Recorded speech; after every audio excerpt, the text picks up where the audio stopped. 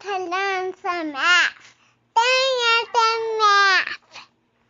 Alright, so we're going to talk about surface area of pyramids now, and your learning target is I can find the surface area of pyramids. So let's go through a couple of definitions real quickly. The first thing we're going to define is the vertex of a pyramid. Okay, the vertex of a pyramid is the point in which all sides come to the same point. Okay, so that's that very, very top. When we talk about the vertex of the pyramid, we're talking about the very point, the very top of that pyramid.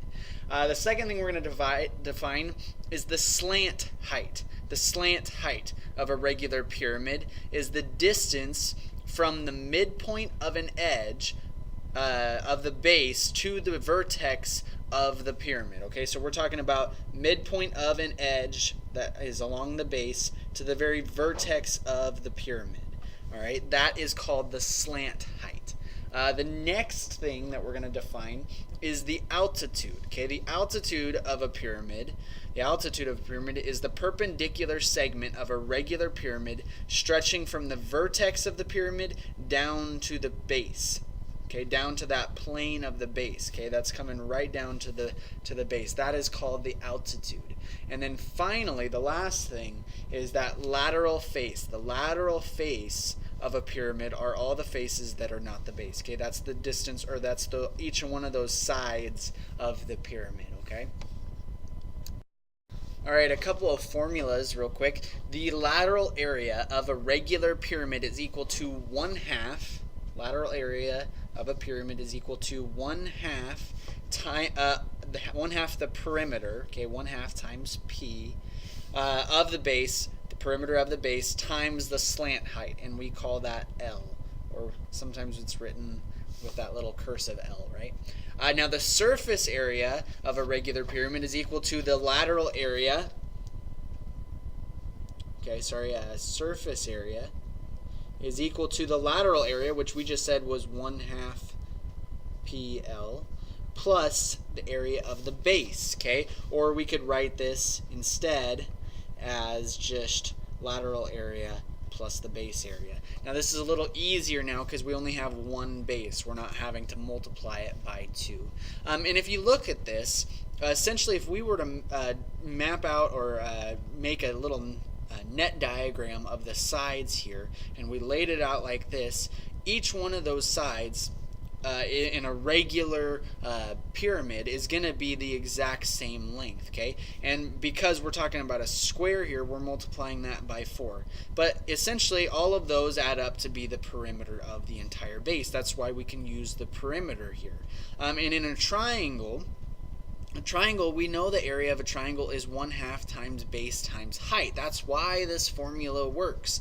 Okay, and it's 1/2 times the base, which is going to be the entire perimeter, times the height, okay, which is going to be our slant height. Okay, that's what we use for L there. And this is why this formula works so well.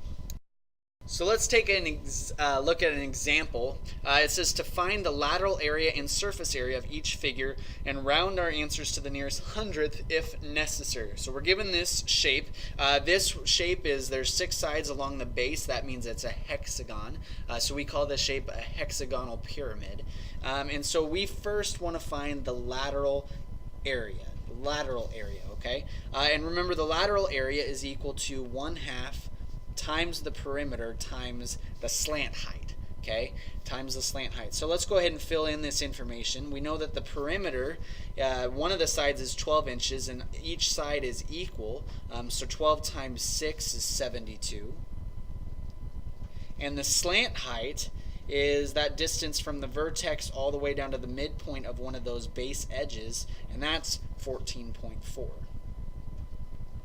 Okay?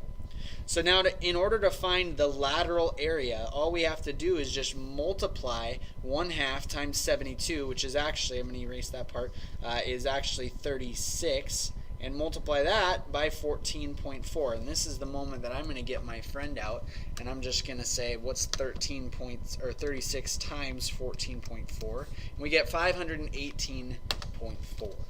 So the lateral area, the distance of just those 6 triangles, if we were to take out some sort of a net for this, would be 518.4. Now we're not done yet. We have to find the surface area. And remember, the surface area is just the lateral area plus the area of the base. Okay, so we do need to find out what the area of that base is as well.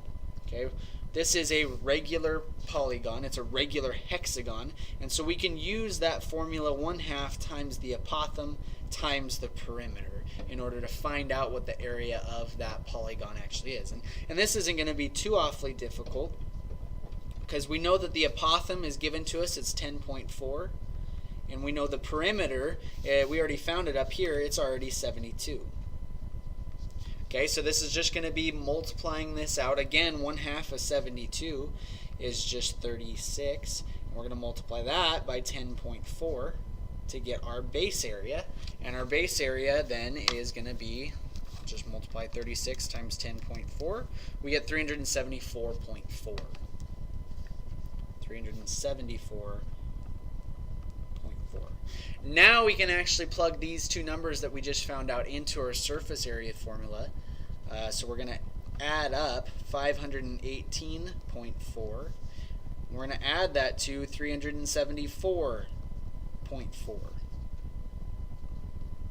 Which is not too hard. Adding is not too difficult, right? We know the 0.4s are going to add up to 0.8. 4 plus 8 is 12.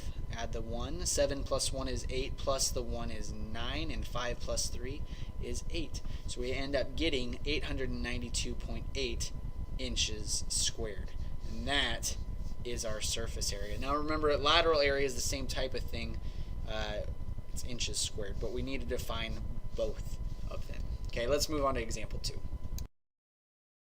Example 2 says that we have a square pyramid measuring 6 kilometers along the base with a slant height of 10.4. So you could draw a picture of this if you want to, but I'm going to go ahead and attempt this without a picture here. We know we want to find the lateral area first, which is just 1/2 times the perimeter times the slant height. Okay, and the information's given to us. We know that the perimeter, if this is a square pyramid, that means there's going to be 4 sides, each of them being 6 kilometers in length. We can just multiply that by 4 to get 24 for our perimeter. And our slant height is already given to us. Just so happens we're going to be using 10.4 again. Okay, so now we just go ahead and multiply this out. Half of 24 is 12. And multiply that by 10.4. Get my friend here, 12 times 10.4 is 124.8. So the lateral area of this pyramid is 124.8, remember, kilometers squared. Same exact thing now for surface area. We're just going to add the lateral area plus the area of the base. And we end up getting 124.8 plus our base area, which is just going to be base times height, 6 times 6, which is 36. Okay, and we can add this up pretty easily. Again, we're going to end up getting 0.8 at the bottom here. 6 plus 4 is 0. Add the 1. 4 plus 2 is 6.